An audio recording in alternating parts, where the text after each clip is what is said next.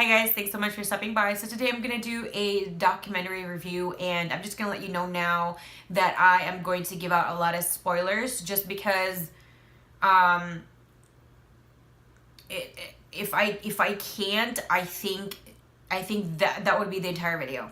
Like, there is just so much that I want to share and purge and all that. So this is going to be Whitney. This was released in July 5, 2018 in the UK. I don't know when it was released in the US or all over the world, but that was when it was, I guess, first released. It's 2 hours. It's pretty long, and it's R-rated. So I was really impressed on how this documentary was made because they really showed who Whitney was, behind the performer, behind the artist, behind this beautiful songbird, this glamorous woman.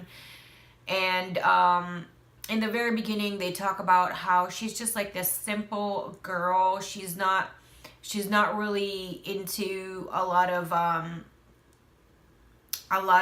glamorous stuff, even though when you see her and when you watch her in interviews, she's just so sophisticated and extremely elegant that you kind of assume it comes hand in hand, and being so glamorous and liking that lifestyle.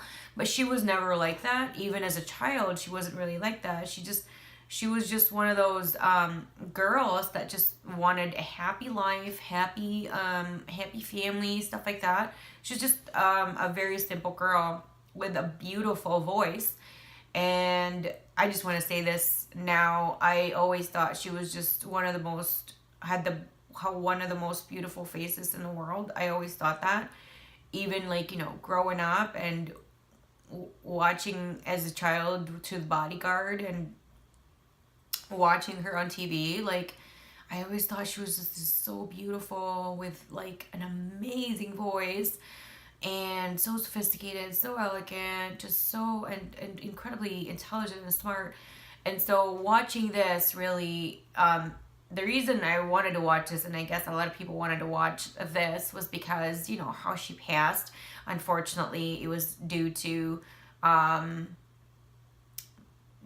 narcotics addiction, which is kind of painful to hear, especially when I first really accepted that, because I first heard about her doing stuff like that. This was many years ago, maybe more than 10 years ago. I was watching the Tonight Show. It was still Jay Leno, and then he asked Arsenio, forgot his last name, Arsenio, what do you think of the rumors about Whitney Houston doing crack and drugs? And he said, I don't believe it. Whitney Houston's so rich. She shouldn't be doing that. I don't think she's going to be doing that. So, at that time though, I really was one of those people that denied that. I'm like, that's just a rumor. They're just trying to push her down because she's so high up there. You know what I mean? And I just dismissed all of that. And then I saw her on the interview with Oprah Winfrey, and she admitted she did some drugs. She said, and I still remember this because it horrified me. It horrified me. Someone like her that I thought and I looked up to so much. She said she would put weed on rolling paper and then just sprinkle cocaine on it and roll it and smoke it. And I remember I was heartbroken. My heart literally fell, not literally, but my heart felt like it fell off my body, and I was really heartbroken. I remember walking around like a zombie for a while, and just it wounded me. I mean, she didn't know me personally, and I didn't know her personally, but I knew a side of her that a lot of people did, and that side of me, looked up to her, and she was in a pedestal for me. She was untouchable. And then getting that knowledge, I was incredibly crushed. I was disappointed. I was crushed. And I was just really upset about that. And I think after that, I kind of not really follow her career a little bit. yeah, she'd have a song here and there, and I'd be like, yeah, that's cool. But I wasn't like an obsessive a fan or anything, but I did used to like follow her career a little bit. But after that confession, I was like floored, and I'm like, I don't understand. I don't understand why she would do that. It didn't make sense to me. And then of course she talked about Bobby Brown, and then how Bobby Brown like was abusive to her and spit in her face, and that was the reason. And she looked at her daughter, and because she wanted to leave him, but she didn't want to disappoint her daughter, and it makes it makes a lot of sense now. And then she said her daughter told her, Mom, he spit in your face, we don't need to stay here. And then that's when she really left him. After watching this documentary, it made a lot of sense. From a statistical point of view, a lot of children or people that have grown up from parents that were not in the same household, or they separated, or they're divorced, or they're never together their entire lives, especially growing up, it does affect them a lot, and they usually try to fight a breakup when they are married and they have children, because they don't want to go through this. They don't want their children to go through the same thing they went through. So it makes sense now, because I didn't know anything about her past. I didn't know about her childhood. I didn't even know she had any siblings. I didn't know any of that. I just knew she was just this beautiful woman with such an amazing voice. And then of course I knew her as someone with an addiction, and she died. And so when this came out, I was really excited, and at some point, yeah, I just finally was able to watch it. So they explained her childhood, and it wasn't until the end that everything made so much sense. Everything made so much sense. And I know I said I'm going to do a lot of spoilers, but that part I don't think I should, because it was that part and further on. Oh my gosh. That part and further on that I just started crying, and then I just couldn't stop. So there's a big trauma in her life, in her childhood, and it wasn't just her. One of her brothers said the same thing with him. The other one, I don't believe he said anything about it, but I think when children have a big traumatic childhood, in any form of abuse, it can really haunt them for the rest of their lives. So she had a lot going on for her. Her parents broke up. Both her parents had affairs. And then she had a traumatic experience with a family member that it was kind of a secret. Like, her parents didn't know, her mother didn't know. She told some people, but not a lot. And she kind of just internalized all of that. And I feel like when you grow up, when you're a child and you've had like a very traumatic, very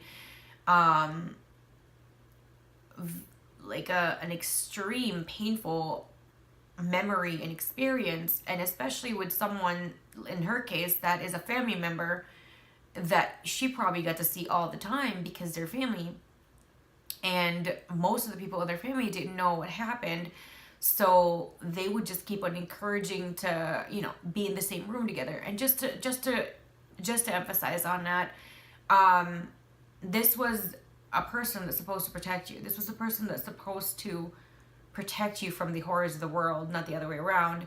And I feel like to go through something like that, I feel like your nightmare, it's just like a merry-go-round of horrors in that sense. And it makes sense now when it comes to the drugs. And it just kind of spiraled from there. I I didn't know much about her daughter. Again, I didn't follow like that part of her life. I felt really bad about her daughter, but it makes a lot of sense why she never really wanted her daughter to be away from her with her career going and all that. She was just overly protective of her daughter, and it makes sense. It makes complete sense. I definitely recommend this documentary a lot. Even if you weren't a huge fan of Whitney Houston, maybe you were a smaller fan than me, maybe you were a bigger fan than me. If you're a bigger fan than me, I'm pretty sure you're watching this, or you already watched it, or about to. But this was definitely a beautifully made documentary. It was just, the way it was just made, every single step of the way was beautiful. A certain point where there was this admission of a big traumatic event that happened in her younger years in life. That was when the waterworks really started, and it never really stopped. There might have been like a little bit, like a minute maybe or less of in between tears, but I bawled the whole time until even the credits. I was bawling.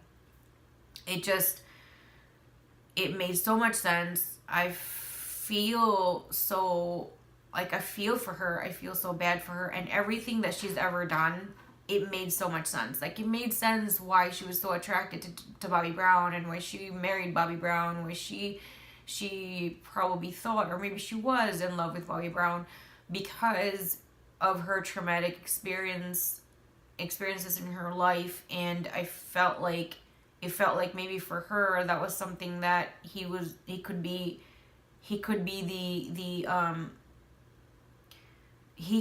the protector that she thought he could be, or thought that she needed, if that makes any sense. But unfortunately, I think that was just kind of a Bobby Brown image. I don't think he was the strong,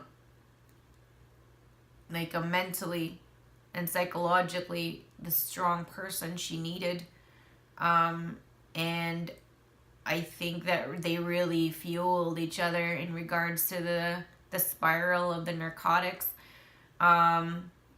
So it's just unfortunate. It makes me like realize, a lot of things can happen in just a blink of an eye. And I mean, I've actually lived in that and experienced that. And you really do have to, people always say don't be too overprotective with your kids and stuff like that, but you just have to really keep an eye out for your kids. It doesn't matter if the people that are around them are family or not. You still have to be your kid's protector. I mean, that's what they internally expect and want, even though they can't verbalize it.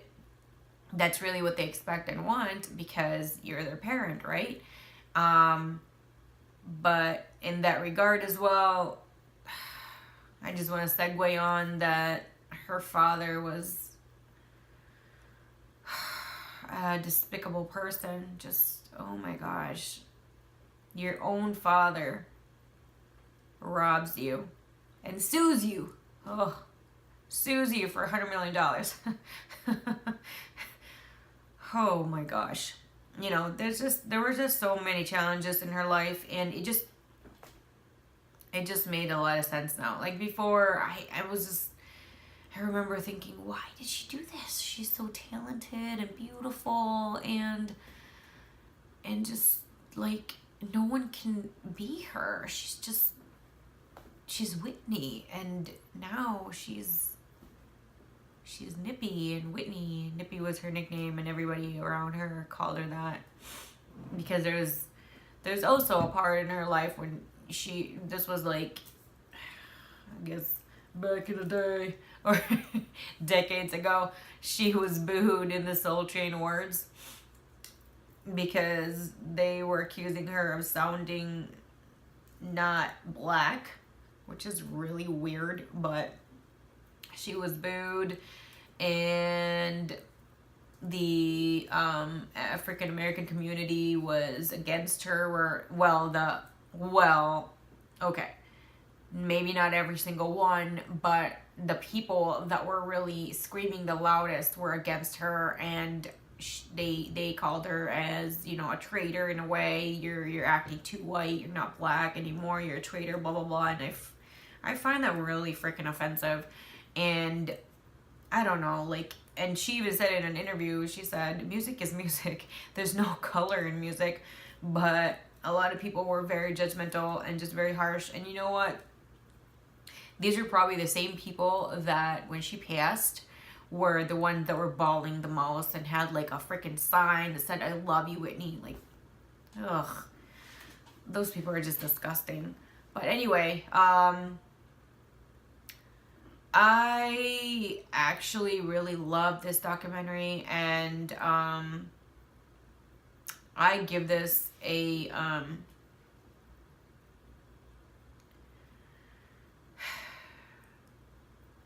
I give this a 9 out of 10 stars. I can give this 2 thumbs up. It was made really beautifully, and I recommend anybody who hasn't seen it to watch it. And oh my gosh, make sure you have like a towel, a rag, or some tissues. You are gonna cry. I didn't think I was going to, but I did. Like bawling, like just waterfall bawling. It was pretty bad. And then I woke up this morning singing "I Want to Run to You" over and over again. And then, you know, just squawking my way, by the way, because I'm not Whitney Houston. So just, you know, just I couldn't get it out of my head. And before that, for a few months, what is that song that she had with like her cute hair all curly, and she was wearing like I think a leotard or something, like a workout outfit or something like that. I think it was in the 80s or 90s or something. It was like a pop song that was stuck in my head for 2 months. Whitney was like a beautiful soul. It was just tragic how she had to go through nightmare and hell in her life, and she became the superstar and the meal ticket for a lot of people. A lot of people that worked for her were family, and these people, you know, had been set in their ways that all they do is be Whitney's entourage and do what she needed, and they didn't really have other skills to go in the outside world, and so whatever she wanted, they got. They tried as much as possible to make sure she's not unhappy. They didn't want to be kicked out of her entourage. So I feel like I wish there was one person that was really strong and actually dragged her and shook her and just made her wake up and say, "What are you doing? You need to look in a mirror. You're such a beautiful girl or woman. You have all this talent. So many people love you, but you know, when you're that high out there, not high like narcotic high, but like high in a level of success, a lot of people, it just can't be not real with you anymore, you know? And I think like she kind of lived in that bubble, and I feel really bad, and I'm starting to well up. So again, 9 out of 10 stars, 2 thumbs up. I love this documentary so much. I recommend it 100%. Please go and watch it. It will definitely open your eyes. And for me, my take on this was, you know, take care of your kids, take care of your family. Don't let greed and other nonsense really take over your decisions and your life and your mind. Really focus on what the important thing is, which is your family and your happiness and your love with your family. That's it.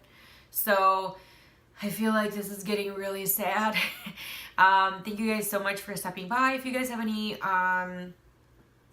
any suggestions on other documentaries that I might enjoy, let me know down below and I'd be really happy to check them out.